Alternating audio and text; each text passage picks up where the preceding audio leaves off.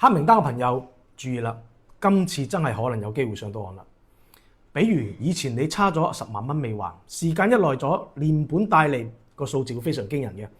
假如而家有人同你講，你淨係需要還本金嘅2到3折，即係本金10萬蚊，利息唔使你還，淨係還2到3萬就可以結清呢筆債務，你還唔還？我相信好多人如果仲有少少能力，都係想結清翻佢，搞翻乾淨嘅徵稅。點解咁講？因為今年1季度全國持牌消費金融公司一共掛牌轉讓咗215億嘅個人不良貸款，呢個數字比舊年同期暴漲咗141%，而且係歷史上第一次消費金融公司嘅不良債權轉讓規模正式超過銀行。呢個意味住咩？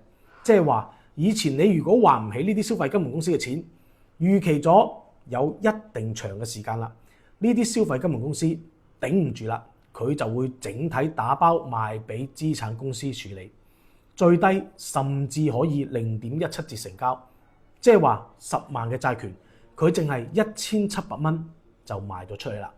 換句話講，資產處理公司攞翻嚟再去收得幾多就有幾多利潤。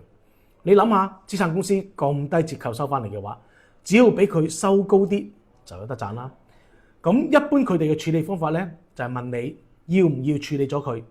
你只要肯去溝通，基本上你係有可能傾到本金嘅2到3折就得啦。